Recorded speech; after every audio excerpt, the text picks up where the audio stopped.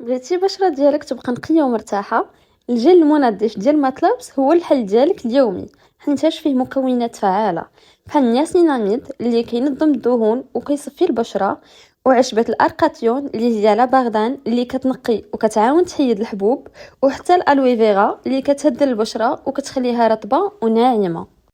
غير شويه من لو جيل كافي باش انه ينقي لينا الوجه ديالنا من الاعماق. كتاخدي شويه وموراها كديري على وجهك اللي كتكوني ديجا فسكتيه بالماء، كديري مساج خفيف بحركات دائريه، ومن بعد كتغسليه بماء دافي. انا شخصيا زدتو الروتين ديالي اليومي للعنايه بالبشره، كنستعملو مره في الصباح ومره في العشيه. لو جيل ديال ماتلابس راه مناسب لجميع انواع البشره، حتى الحساسه واللي فيها الحبوب. انا شخصيا عاوني نتخلص من الحبوب اللي كان عندي في البشره ديالي بلا ما ينشفها. خلي وجهك يتنفس بالنظافه والنقاء ديال ماتلابس، تقدري تلقايه دابا في الموقع ولا في الصيدليات القريبه منك.